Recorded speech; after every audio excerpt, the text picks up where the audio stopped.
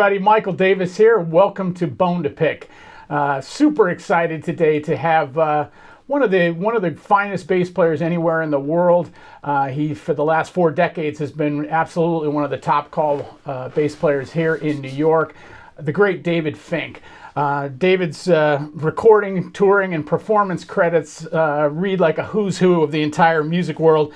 They include Dizzy Gillespie, Aretha Franklin, Sinead O'Connor, George Michael, Natalie Cole, Rod Stewart, Herbie Hancock, Yvonne Lins, Al Jarreau, Tony Bennett, Paquito de Rivera, Rosemary Clooney, Andre Previn, Elton John, and not to name drop, but the most one that jumps out, the Hip Bone Big Band. He's the bass player for my band.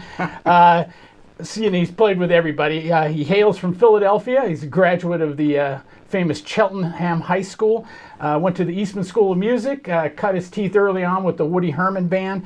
In recent years, he's turned to work as a solo artist. He has just released Bassic Instinct, which we will talk about at great length, his 4th CD as a solo artist. Also working a lot as a composer and arranger and producer. This Bassic Instinct is already getting critical acclaim and doing quite well at jazz radio. And I have to say, I've been a fan of this gentleman for so many years now. And the first time I heard him, I was as green could be 18-year-old trombone player. I got off the plane in Rochester, New York to go to the Eastman School of Music. And the first night I was in town, everybody said, "Hey, we got to go down to this place, JP's, and hear this trio. It's unbelievable." So I walk in and I immediately recognize the piano player because I was a Buddy Rich band fan, and it was Barry Kiner playing, the late great Barry Kiner playing piano. And alongside him were this killing rhythm section of David Finck and David Radicek, who was sadly no longer with us, but became an instant fan of this gentleman and still am to this day. So David, thanks so much for coming over today and sitting down and talking to us about the new project and your amazing career. Thank you. Thanks for having me. It's great to see you as always. Let's talk about the early years, your early memories. I was surprised to see that you were born in Rochester, but you grew up in Philadelphia, and I know you came from a musical family and got to study with people from the Philadelphia Orchestra. Maybe just share some of your early memories in there. Sure. Yeah, I was born in Rochester. My father was a graduate student at the U of R. Oh, okay. So after that, he got some jobs I think in Lexington, Massachusetts, Baltimore, Maryland, eventually settled in the Philadelphia area where he taught at Temple University. So I basically grew up there, and I went to Cheltenham High School, and maybe this would be a good time to mention some of the alumni from that school. Yes, I think this would be an excellent time. Some of our colleagues. Yes. Tenor saxophonist Adam Kolker, tenor saxophonist Andy Snitzer. Yes, indeed. Before Andy and I, we were about the same age. Before Andy and I, Michael and Randy Brecker, Jeff Lorber, and we can go outside the music world, and you've got some pretty good name drops there too as well. Mellifluous movement to a new area. Baseball Hall of Famer Reggie Jackson and Benjamin Netanyahu. Anytime you can drop a foreign diplomat in there, you're gonna go one step above pretty much any other graduating class. Yeah, so it was quite a place. But and what was it like? Were you studying with members of the orchestra at that point, or? I picked up the bass, in late elementary school, and I started studying with a guy named Sam Gorodetzer, who played in the Philadelphia Orchestra.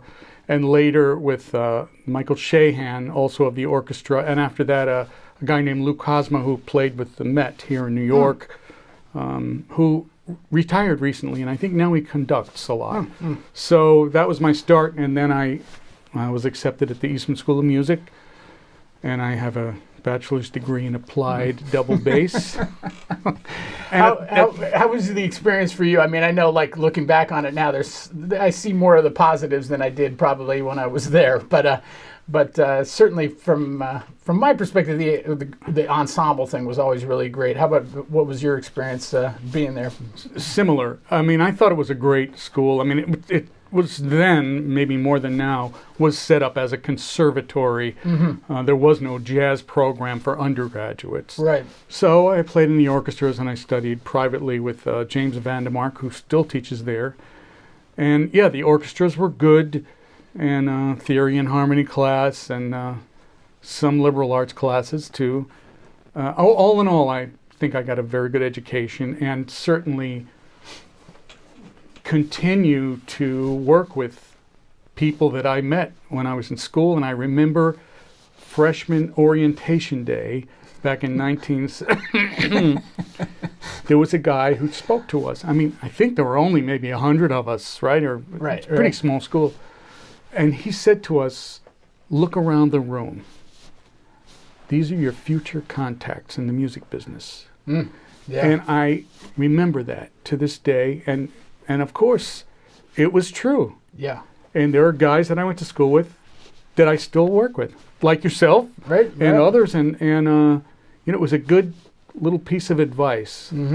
Very interesting. I found, it is great to see all the undergraduate jazz programs developing and that being an option. But I thought, like you mentioned, that at Eastman at that time, they didn't have an undergraduate jazz program. And I actually thought that was somewhat advantageous because it forced us, similarly, I'm not going to be playing in the New York Philharmonic, but if I happen to be on a recording session with somebody like that, and I know I've seen you on hundreds of recording sessions where you're, arco bass and, you're having to deal with that side of it, even though that's not where you lived most of the time. But because of that education, I think it was good to not have the undergraduate jazz and be forced into approaching it that way. I agree. And I've always felt that classical playing really helped my jazz playing, but vice versa, not really. The jazz playing doesn't really enforce any of the information that you need technically to play classical music. I mean, it's nice that I can hear the chord sequences where the second violinist may not know what they're doing. They may know their note and not realize that they're playing the 13th of the chord. So I had that. But, I mean, I agree with what you're saying. I think it was good. And when we were undergraduates, you could participate in the jazz program, play in the Eastman Jazz Ensemble, and take classes. We just couldn't get the degree. Right. So, yeah, I think that was okay. Yeah. Let's jump into Woody's band. I remember vividly when you left to go on the band, and it was a big deal. I mean, that was like, wow, Finck got the gig with Woody's band. And then I think you went first, and then Radicek followed on you. But it was shortly. Yes. That was the rhythm. The rhythm section from the Eastman Jazz Ensemble was now Woody Herman Thundering Herd rhythm section. But what was that like? That working with Woody and that time you spent on the band? It was great. Woody was a great guy who he loved young musicians, and he actually, I think it was John Otto went first, and John Otto was stolen from Woody by Rosemary Clooney a few years later. But John went first, then I went, and then Dave Radicek, and it was very funny. I think it was Radicek's first night on the band, and we played Four Brothers. And the saxophone players were way behind the beat, and trumpet players were way ahead of the beat. It's like, and Radicek looked at me like, what the hell is... And Woody went over to him and he said, 16 men can be wrong, you're right. Wow. Which I think made the whole difference. Like, it made Dave be confident and say, okay, I'm gonna rope him in, and I'm gonna find that for whatever happened, for whatever reason, things had dissolved into whatever it was, phrase-wise. And I thought to myself, well, Woody's a great guy for doing that. He saw that Dave needed the confidence, and he gave it to him the first night, which was terrific. Wow, those old school leaders, they knew how to get it done with just one kind of little statement like that gave Dave probably so much. Especially on a first night. Yes, and sometimes, Woody was. He could be really sarcastic. I remember there was a great trumpet player who will remain nameless, who went out and played his entire solo, double time, right from Jump Street, just, and it was a good solo. And afterwards, Woody said, "That amazing display of technique was by..." I just lost it. Yeah, he was great. He was a strong leader, a good guy, and the band was good swinging band. I remember hearing the band a couple times with you on it, and it was particularly strong at that time. With John Fedchuk was on, and the sax section was great, and rhythm section with you and Dave was spectacular. Yeah, it was a lot of fun. I wasn't that crazy about the bus tour for a year. That was, in fact, when I finally quit to move to New York, Woody asked me why I was leaving, and I said, "Well, Woody, I'm not like fond of it, traveling on the bus. Try it for 50 years."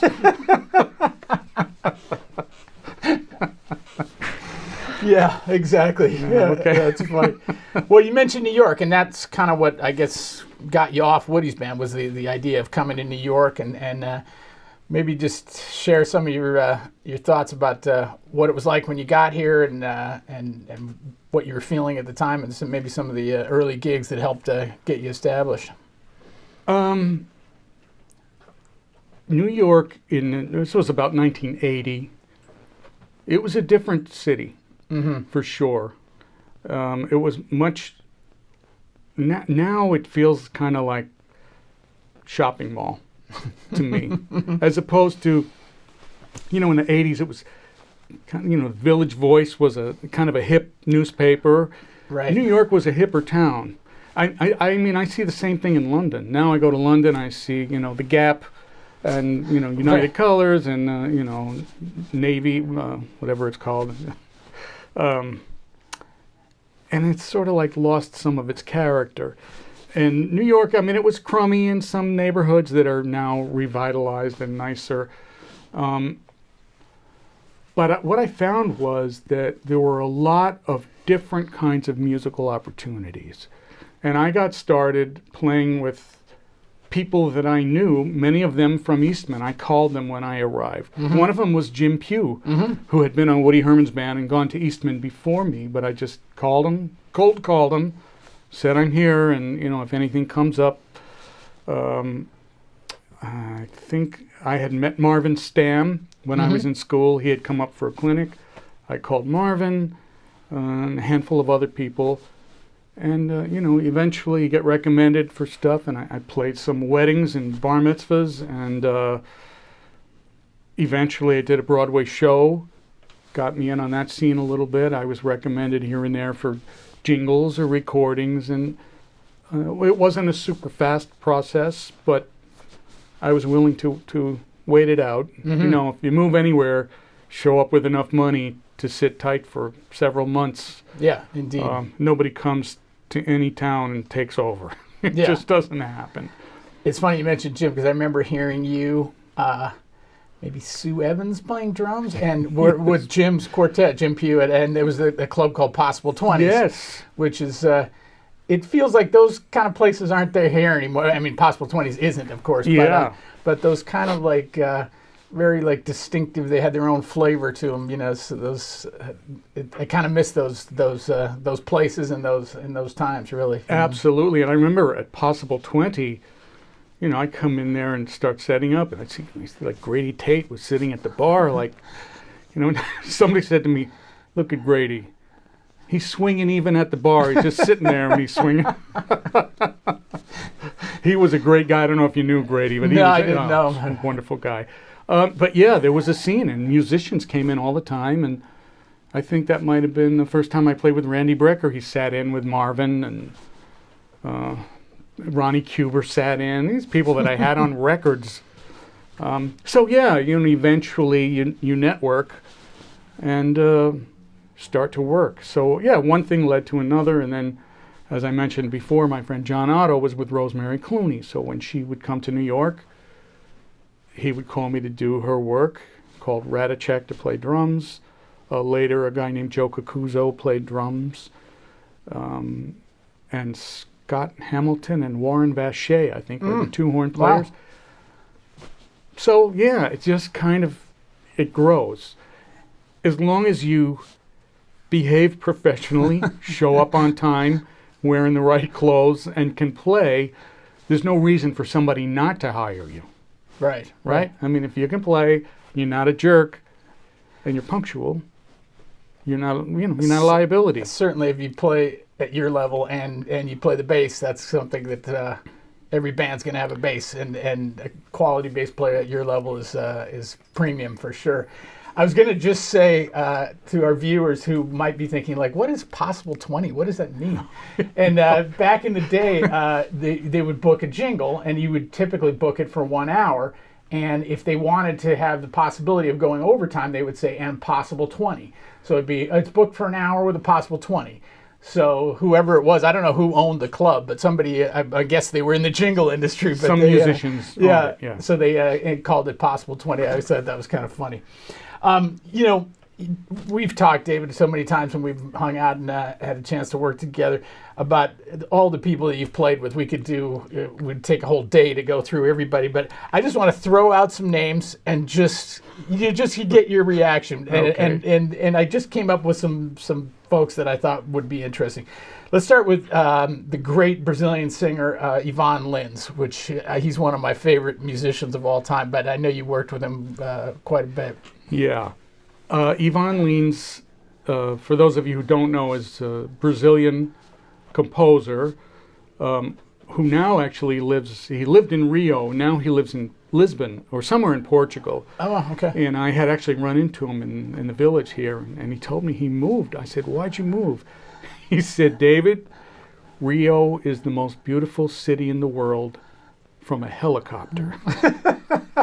But okay. it got pretty rough there. Uh-huh. And he just felt like he was working in Europe a lot, and they speak Portuguese, obviously, in Portugal. So, I mean, Portugal's beautiful. I don't know if you've been there. Yeah, absolutely. So, so he moved there. But, yeah, Ivan, I'm trying to remember how I met him. Oh, I know. His saxophone player, a guy named Zé Nogueira, called me to do a record with Ivan, and so I went to Rio and did this album, and that happened a couple of times.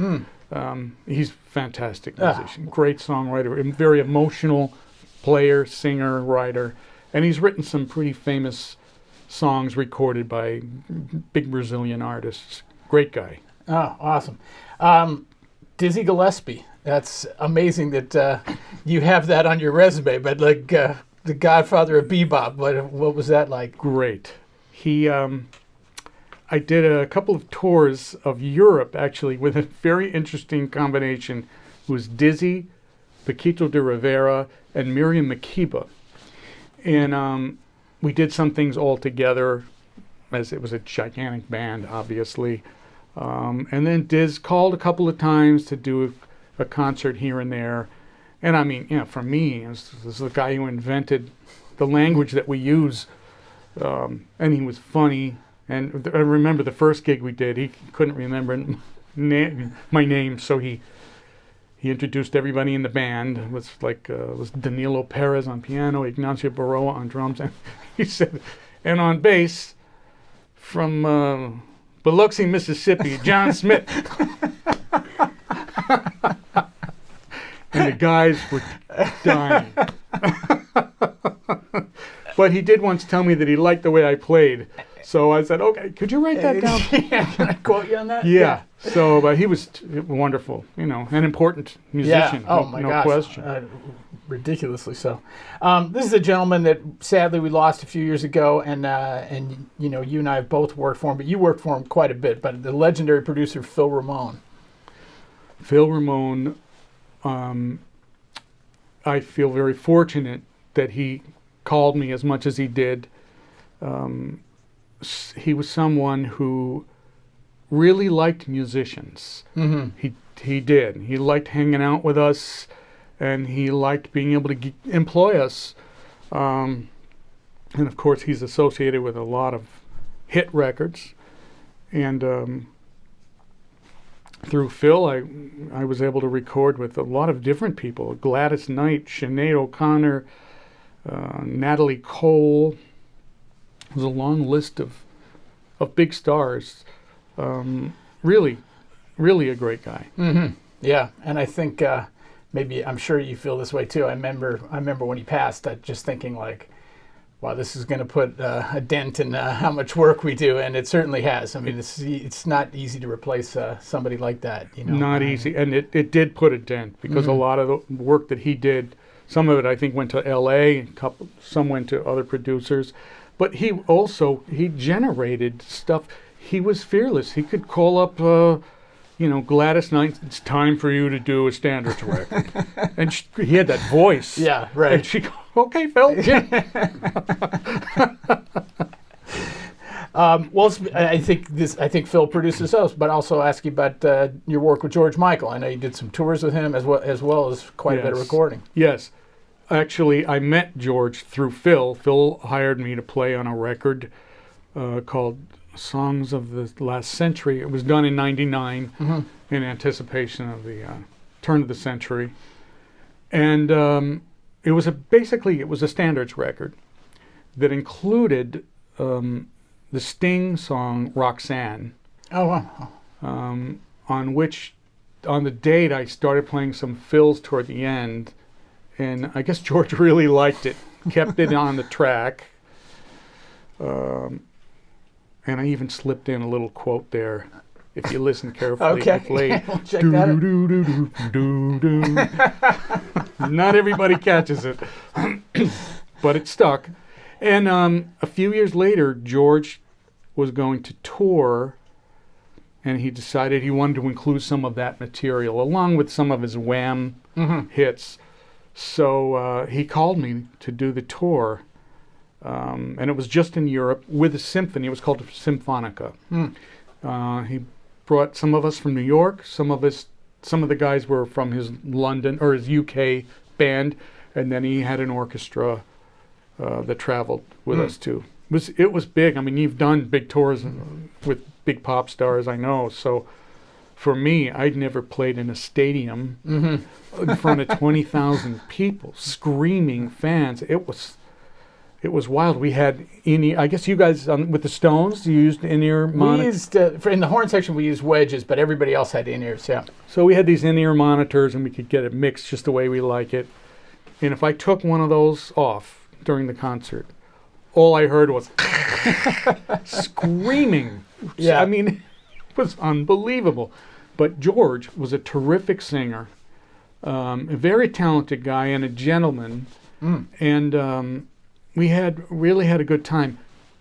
Didn't spend that much time with him because he generally, when the concert was over, he generally got on a private plane and flew back to London. He stayed home. So wanted to be home, yeah. I mean, why not? Everything's within a couple of hours, when you're in Europe. I think he stayed with us when we were in Paris, but so it wasn't like you'd run into him in the hotel lobby or anything like that. Yeah. I want to ask you one more before we. I want to spend a good deal of time on Andre Previn, but before we do, one of my favorite arrangers, I consider him one of the best musicians in New York, but the great Rob Mounsey. I know that you work a lot with him. I consider myself blessed to have worked with him as much as I have, and love every opportunity I get to play for him. But your feelings on Rob? I can't say enough about Rob Mounsey. The guy is unbelievable. In many genres also. If he writes a swing chart, it swings. If he's written something for Steely Dan, it's dead on right. He is really spectacular.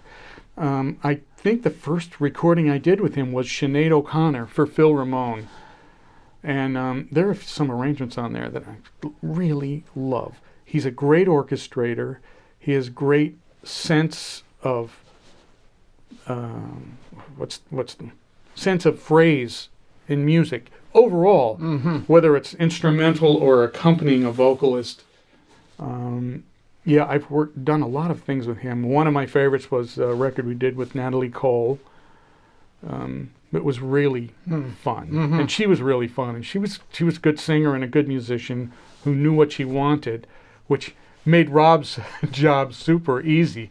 She'd count off the tunes, where she wanted them. She'd say, drummer. The drummer was Chris Parker. Brushes until the bridge, then go to sticks. Oh, wow. So Rob was like, I'll just sit here and let this thing roll down the hill. It's great. But he's really great. I've hired him a couple of times, also for recordings that I produced, a couple of records for Tom Wopat. We always used Rob on some things. It's the best. And the best. Like you just said, I mean, I've never been around somebody who could, if you heard his swing chart, you would think, well, that's what he does. But then the next day he writes something that sounds like Aaron Copland. And then the next day is something like Stevie Wonder. And it's like everything he touches is just right on the money. And it could be string writing, it could be big band writing, woodwind writing, or, just a rhythm section track. And it's always great. Yeah. Always. Absolutely. Okay. I'm gonna prompt you for a couple stories that you've told me over the years, but the resume continues. But Andre Previn, I mean, one of the great American musicians, I suppose, right? And I can remember being a kid and watching Previn in the Pittsburgh, the show he would have on PBS, and he would have everybody from Oscar Peterson to classical music stars, what it might be. But just talk about your experience working with Andre over the years. Yeah. One of the great musicians ever. Kind of an unstumpable musician. I know I may have told you this. I was going to go hear him conduct the Philharmonic in Lincoln Center, and we met for dinner. We sat down to dinner, and he looked at me and he said, "Hey man, you ever hear of this guy Stevie Ray Vaughan?" I said, "What?" I said, "You're going to go conduct Wagner? What do you know about Stevie Ray?" He said, "No, my son turned me on to him. It's really good, right?" I said, "Yes." I was like, wow, you just didn't expect that. Somebody like Kurt Mazur would not have known who Stevie Ray Vaughan was. And Andre was, he was another one. He was somebody, first he really liked songs. He knew a lot of tunes, and we recorded tons of standards. He was a great orchestrator and composer and conductor and accompanist. One of my favorite records he did with a singer named Doris Day, just the two of them, beautiful. He had great bands, great trios, and he was the music supervisor, I think, at MGM when he was like 19. So heavy. Tell the story about when you guys went to hear Oscar Peterson play, and you guys were out on a tour, I guess. Well, it wasn't me. He had his tour. He had a trio with Red Mitchell and Shelly Mann. Excellent trio. Oh, wow. Okay. And he told me they were in Chicago, had a night off. And Oscar was playing with his trio at one of the clubs. So he said, "Come on, guys, we'll go check out Oscar."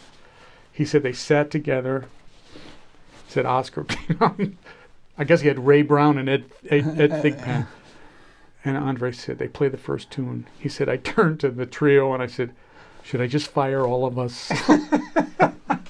He said, it was so burning. He said, "What are we doing?"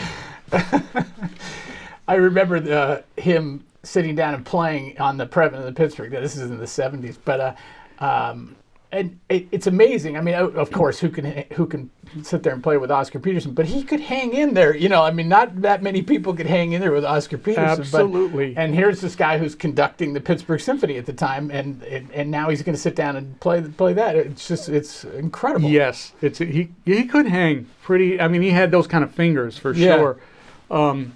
And he worked a lot with Ray Brown also, so I guess he stole him from Oscar once in a while. But Andre was a superb musician. But with all the Academy Awards and Grammys and whatever else he won and all the accolades and the German Medal of Honor and Kennedy Center honors, I always remember one experience with him. We used to play Tanglewood almost every summer. And I went up early to see him conduct. And first piece he played, and I can never remember, I know that it was a Ralph Vaughan Williams piece. And afterwards, I went up and I said, "Man, that Vaughan Williams is really gorgeous." And he said, "You know something?" He said, "That first chord," he said, "I could drop my baton and hold that chord for an hour." He said, just the way he voiced it, the orchestration of it. And in that moment, I realized that's what drove Andre Previn. That's what he loved. Actually, the sound of music. And, all the other stuff is great, traveling around and conducting Berlin. But that's what he really dug. And I thought that was pretty special. And I saw him react.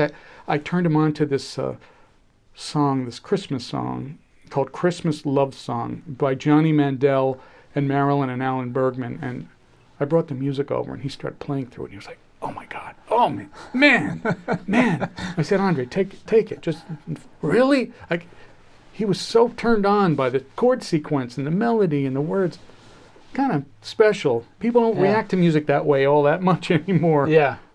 It's amazing to me, you probably feel the same way, but somebody like that who you think, they might be motivated by the stardom and the accolades, and like you're saying, but he clearly wasn't. Even if he hadn't have had all that stuff, he probably would have been so moved and committed and dedicated to a life in music. And it's always interesting to me seeing stars who are, you can see they might be really good musicians, but they're more motivated by stardom than they are the music itself. Yes. And you can tell when there's somebody like that who's it's the music that's really he inspires them. Absolutely. I mean, we played a duo concert in London, and we went into some kind of a record shop somewhere, and he was going through these records. "You should hear this. You got to hear this." And some of it was jazz, some of it was like, Bernstein conducting Mahler. There's a long compilation. Get this. And it was really special. Yeah. We also went into a men's store. He needed to buy a shirt for the concert, and he was looking through these shirts, and they were beautiful, silk shirts, and one of them was kind of like bright red, pinkish, and he pulled it out, and the salesman came over to him and said, "It's a bit vivid for you, isn't it, maestro?" I almost lost it right then. He turned to me and says, "You're not going to hear that shit in New York, are you?" You don't have to believe shit, do you? No. We're good. No. Yeah, it's right. Whenever you run across people like that, which is not that often, but so inspiring, and it makes you want to, bring your game up to another level. Absolutely. Let's shift gears and talk about your latest CD, which I'm honored to be a small part of, entitled Bassic Instinct. I should say right away, Sharon Stone is not associated with this in any way, shape, or form. And it's Bassic, Bass. Right. Very a little clever, twist on isn't that. it? Yeah, very clever. Yeah. This is your fourth CD, fourth solo project, which I think is fantastic, especially for bass players to be stepping out and doing work as a solo artist. Tell us about this one. This one, much like my previous one, which is called Basically Jazz, also BASS. I see the pattern here. Now I get it. Essentially, it is music that I like the way I like to hear it. It isn't necessarily overly bass focused. It's not me playing the melody on everything or me playing all the solos. Hence, basically jazz. And I have some pop songs, a couple of singers, and with Bassic Instinct, I kind of continued that idea. And so, yeah, and much of this was recorded during COVID, so there was a lot of emailing of tracks around the world that included a guitar player in Rio, the drummer in Santa Barbara, California, trumpet player from the UK. Do you know Ryan Quigley? Mm-hmm. Yeah. He's strong. Great. Really. Yeah. He was on George Michael's tour. That's how I knew him. Oh, okay. Yeah. Yeah, he's a really powerful player. Yeah. And a good guy. He's hard to understand with that accent. He's from Scotland originally. Oh, the Scots. Yeah. I'm just hanging on one word that I can build the thing around and see. Okay. Yeah, I got you. Those guys, it's very funny. There's a trombone player named Nicole Thompson. Do you know Nicole? Okay. So, when we were on George Michael's tour, there was one point where I would go down in the front and play, a medley of the Wham hits, like and then come back. And every time I came back to my place in the orchestra, there would be a note on my music stand. Nice try, asshole. Why don't you go back to New York? Yeah. Every night, though, it was something different. And it was him, it was Ryan and Nicole. Oh, God, it's hilarious. And I love that not only is it standards, but also you've got originals. Is this the one? Yeah, theme from Mannix, which I think is one of the my favorite TV. Talk about music that was great back then. Like so many good TV things back in Lalo those days. Schifrin wrote that. Yeah, but I really enjoyed this record a lot, and talk about getting thrilled to play on it. We got the session that was right in the middle of COVID, and I remember seeing you. We were of course all masked up, and boy, it was like a breath of fresh air just being in the studio and getting to play music again, and it was amazing. But it was a different kind of process for me.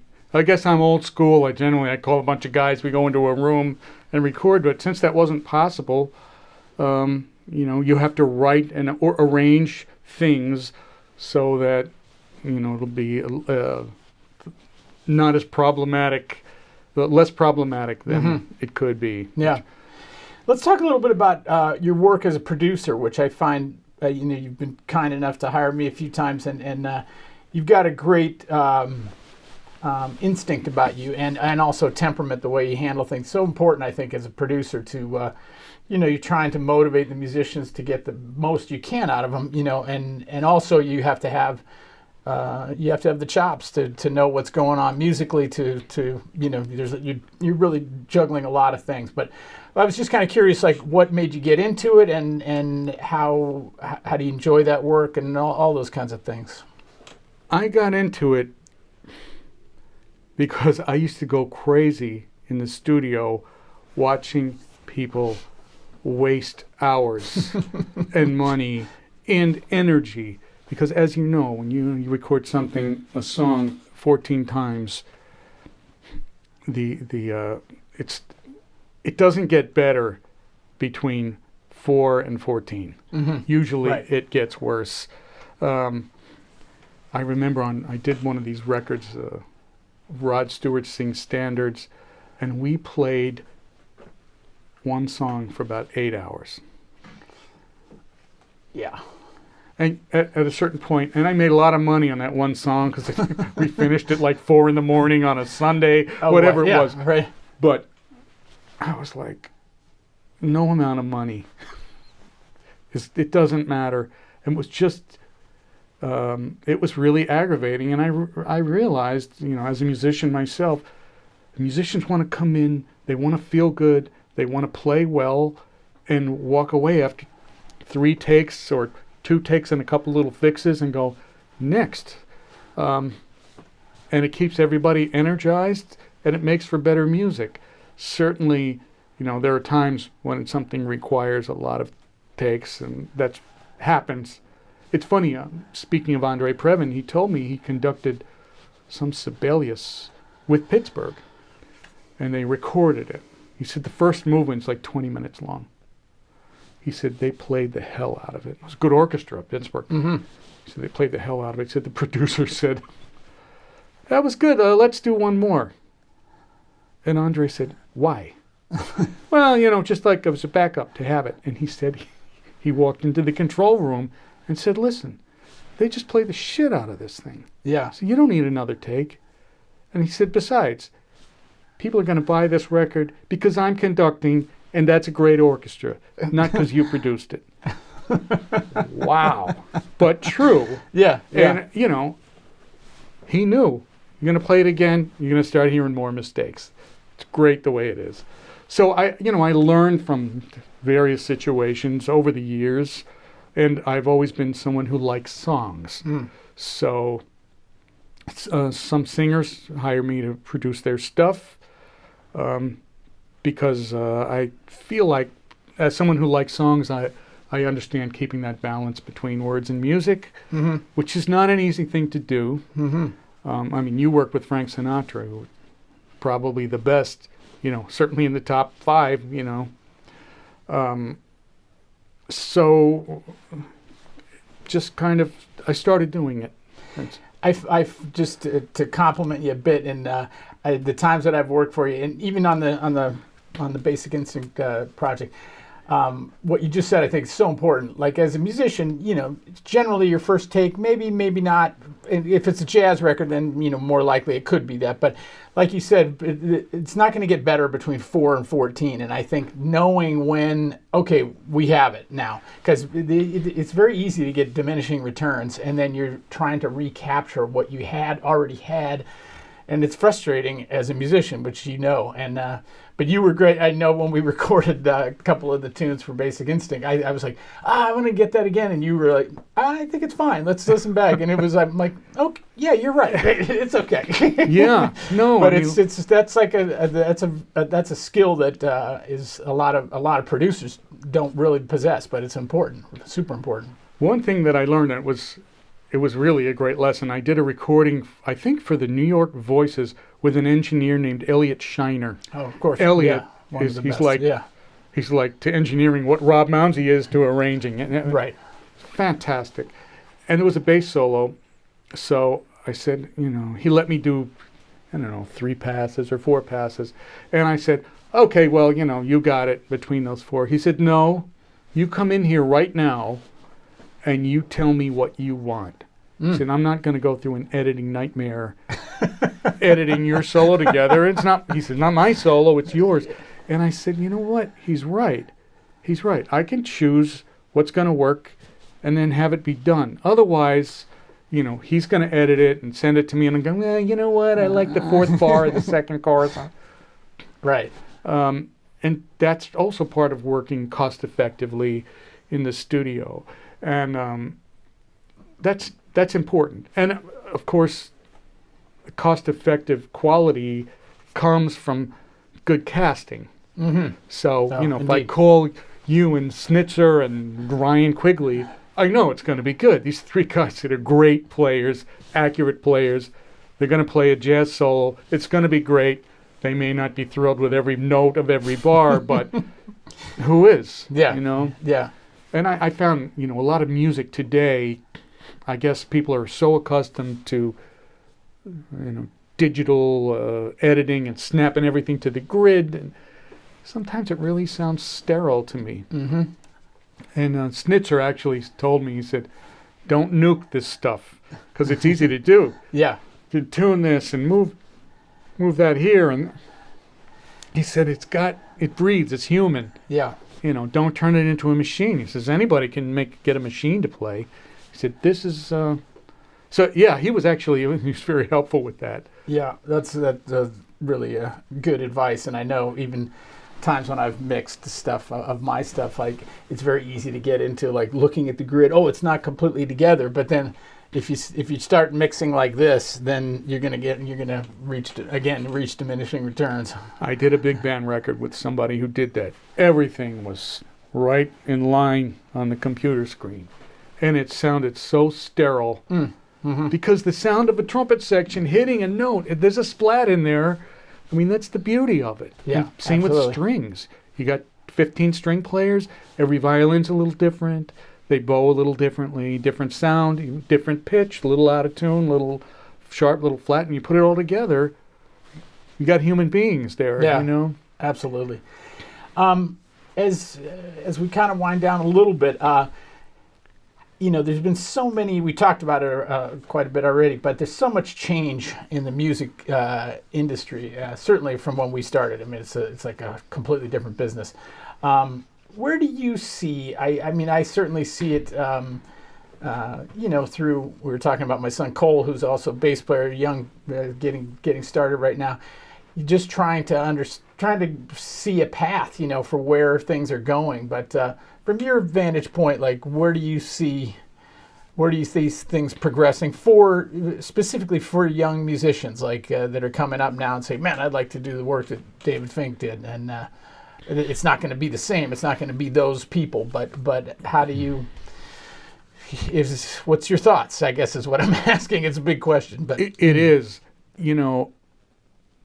I watched the business. I mean, every generation of guys. Oh yeah, the business has changed, and it does change. It evolves, sometimes it unravels and it doesn't really evolve. And I think one of the things about music now has to do with, of course, with technology.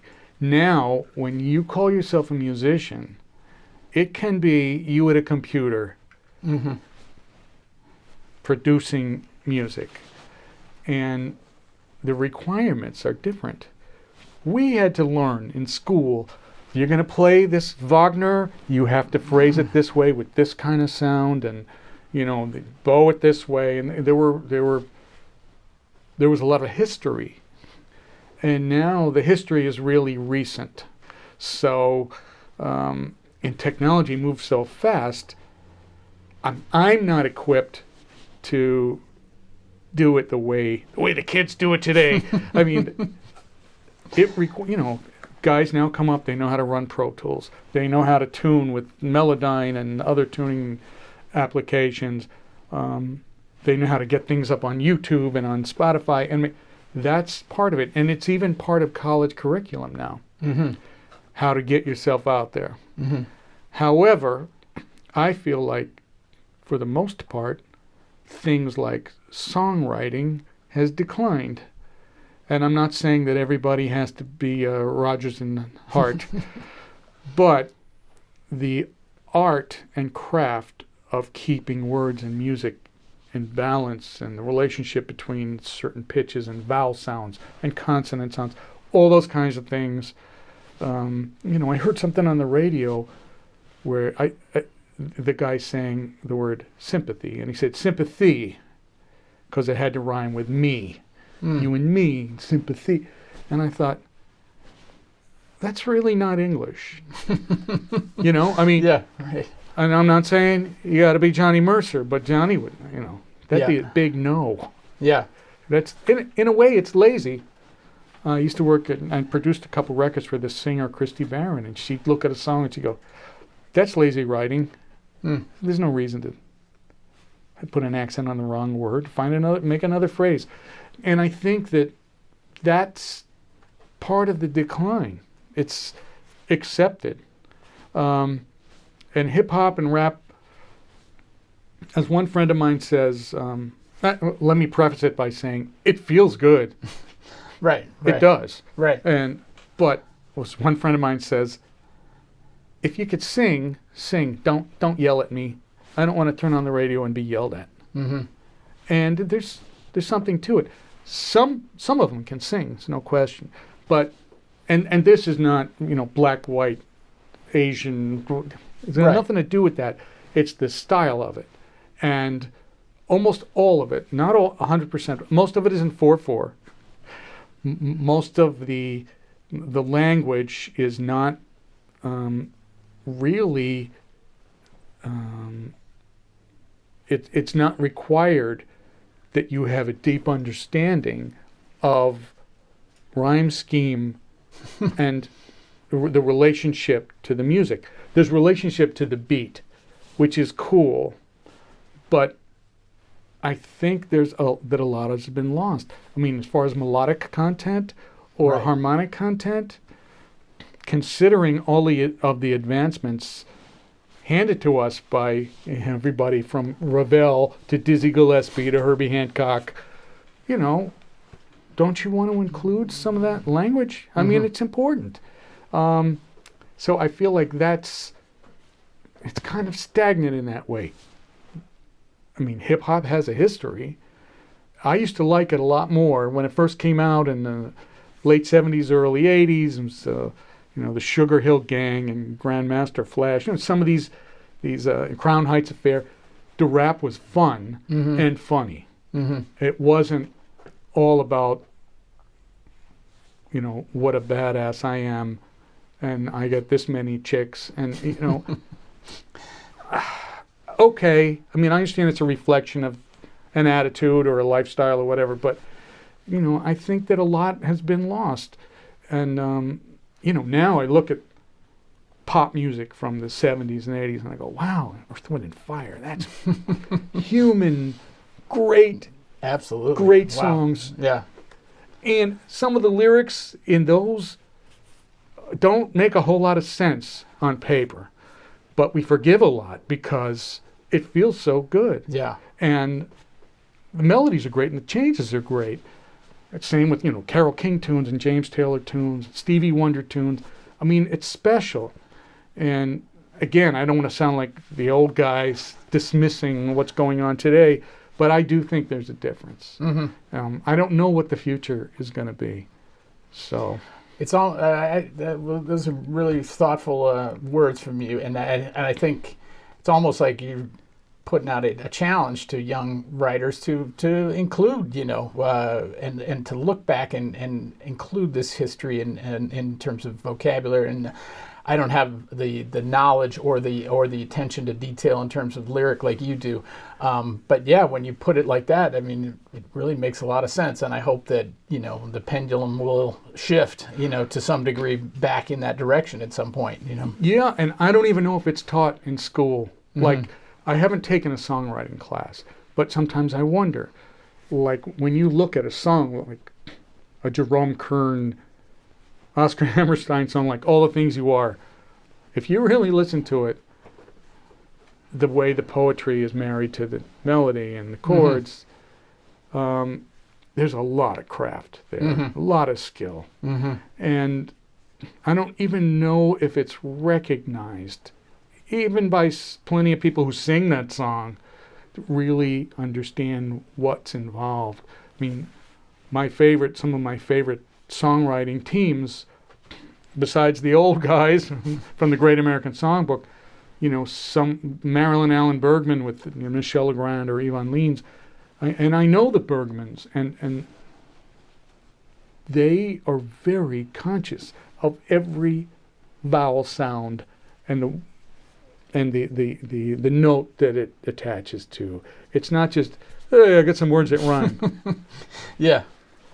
That's really interesting. I'm woefully unaware of a lot of that because as an instrumentalist, you kind of. But you're right, and you talk about some of the singers that you've worked with, but working with songwriters like that who have that level of craft and artistry. Yeah, boy, it's something to consider more seriously. Absolutely, Yeah. absolutely.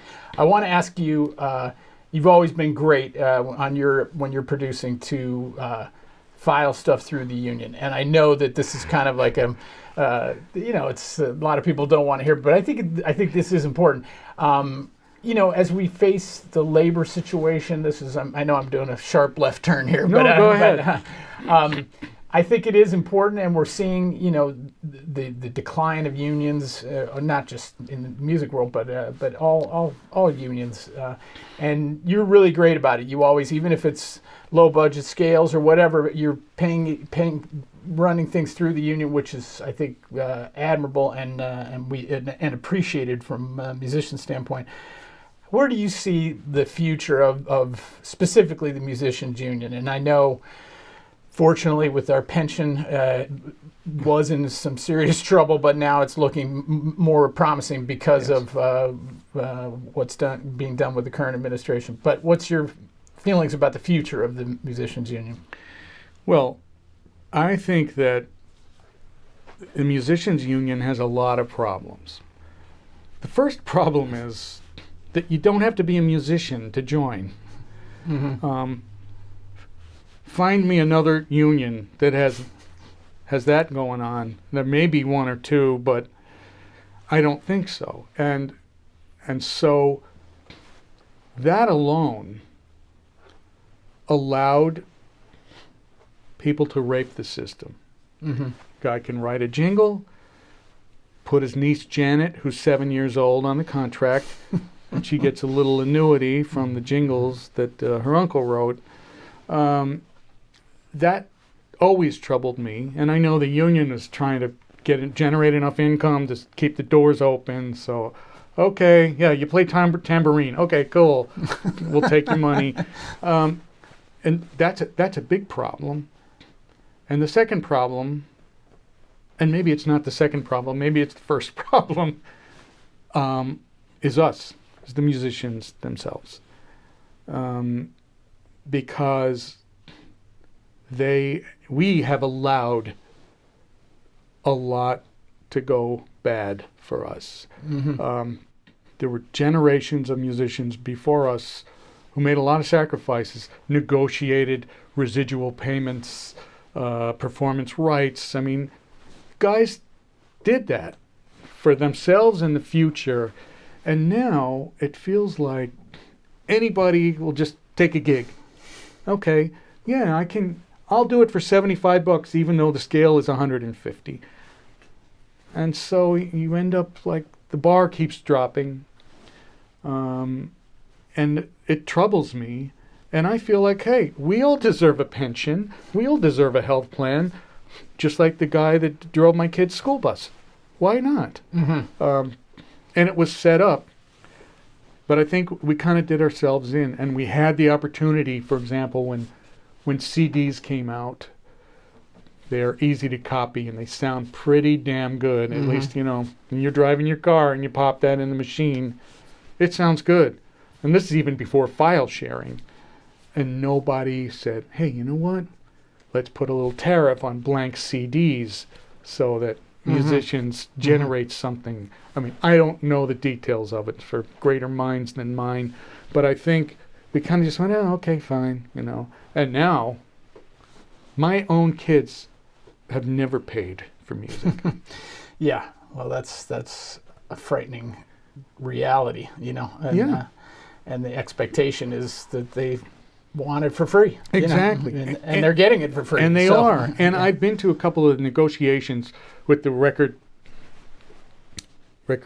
contract negotiations, and there's the guys from the union on the other side of management guys with a $1,000 an hour lawyer who is not stupid at all. No. And, they pulled up a graph and it showed, record company, distributor, middleman, blah, blah, blah, blah, blah. And literally the musicians were the smallest amount, the smallest percentage of, generated income from recorded music. And it should be the opposite. We're the ones making this stuff. Yeah. But somehow it's unraveled into this.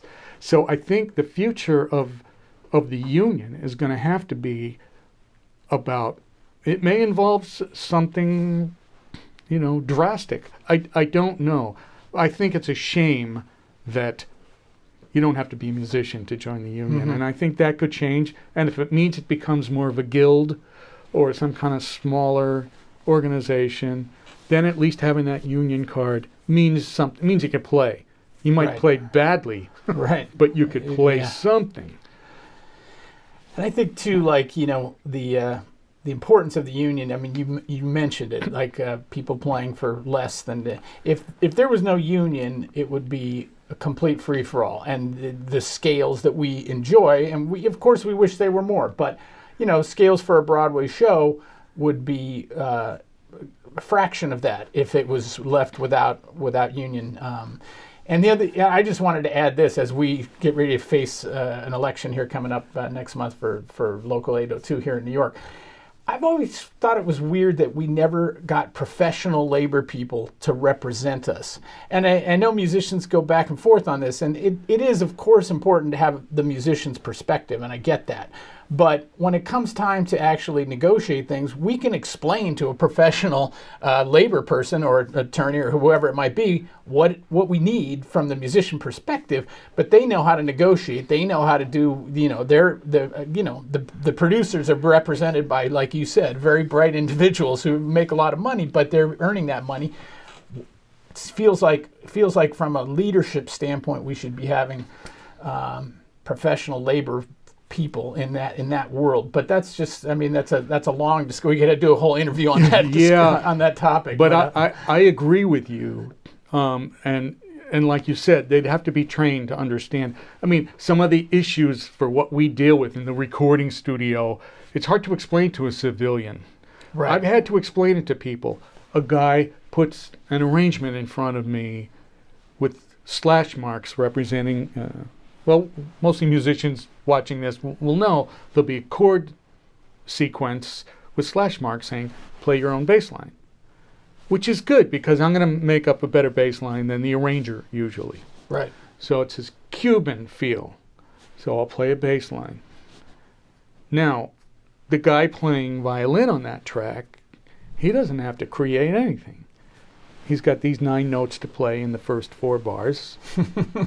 Yeah. It's a different skill. So should I be entitled to more money because I'm doing something extra? I mean, this kind of stuff happens all the time. Yeah. Mike, play a 16-bar solo. Okay, well, now you're composing something on a guy's record. You know, we all do it. We play a solo, but nobody says, hey, here's another, few bucks for you. I remember I did a record with Phil Woods, and he told me that, that solo he played on Just the Way You Are, which is a great solo. Oh, it's amazing. Yeah. Another Phil Ramone call. He said, I mean, that thing is played on every wedding where that tune is played. It's written, you can buy it along with the sheet music, solo. And Phil got scale or double scale, whatever he got. He should have gotten like another $100,000 for that. I mean, it's part of the song. I had heard that as well, that he didn't get any, he wasn't hooked up in terms of some sort of royalty or something. And something like that that's so a part of the fabric of the song, it's much more than exactly. a part. So explaining this stuff to attorneys isn't easy. I'll keep it brief, but I was called in to testify on behalf of somebody in the pit of a Broadway show. Oh, wow. Because he got fired. Okay. And I tried to explain to the lawyer who was going to represent him what it feels like to be playing a song and have a conductor conduct a lot faster than you're actually going. Yeah. What that feels like. And it feels like somebody pushing you. And so, what do? They say, watch me. You can watch them, but you don't play with them. You interpret what you're seeing, and you keep it, especially if you're a drummer or a bass player, you know what it's supposed to be. If you actually follow the guy's baton, you'd be on the next tune already. Yeah. Those kinds of things, my position was, this player shouldn't be fired. And getting the lawyer to understand, happy birthday to you, what that feels like. Yeah. It's hard. Yeah. It's really hard. So I think ideally, it would be a musician who gave up the trumpet and became an attorney who could really help, massage that stuff in there. But generally speaking, you're right. You sit down at a table with a guy who's, makes all that money, who the management hires this lawyer for Broadway, for recording. It's the same guy. Yeah. Because he's really good at it. Who's going to win? Yeah. I mean, it's like buying a car. You think you're going to get a good deal on your Tesla? This guy sells 10 of them a day, and you buy one every 10 years. Who's better at the negotiation? You're not going to win. Yeah. So, it's a problem. I kind of wish, the union could be stronger. But it's really tricky. Again, the more I talk about it, the more I think it's the musicians. I mean, there were musicians that were running for executive board last time that took a non-union job at Carnegie Hall. Yeah. I was like, okay, you want to do a non-union, demo for your friend or a birthday party? Fine. Carnegie Hall, where everybody else is in a union? Yeah, that's not okay. Yeah. And, Well, we'll hope for the best, and absolutely. Try to make our. And you certainly do. You stand by your words and do things the right way. Just to close out on a very positive note, what's ahead for David Finck in terms of? You mentioned you had a new project in the works, and you're always working on something. I much prefer the negativity, but if you want to go positive for a minute, I am in the middle of another project. Untitled, but I'll tell you, I'm considering, and don't anybody steal this, playing to his bass. Oh, nice. Okay. And I am not a right-wing Republican, so don't worry. Thank you. Yeah. Thinking about it anyway. And that's actually, I think you're on a couple of the tracks we did already, and there's more to come. Nice. More low-budget recording scale for you, Mike. I don't want to tip my negotiating hand, but I'm available. And it's going to be similar. Some singers, some originals, some bossa novas. This and it'll be a mix. Music the way I like it. I figure I better make my statement before I leave the concert, as Ron Carter says. He left the concert. Well, just a reminder to everybody to check out Bassic Instinct, available in wherever you download your music at, and Apple and whatever it might be, but and physical CDs. I love physical CDs, yes. so I prefer that. But if you don't mind downloading it about 9 million times, then I can pay my cell phone bill. But David, really a pleasure to talk to you about your career and also your thoughts about the business and songwriting, and just really enjoyed the interview today. Thank you. Thanks so much, David. Thanks for having me. We will see everybody next time on Bone2Pick.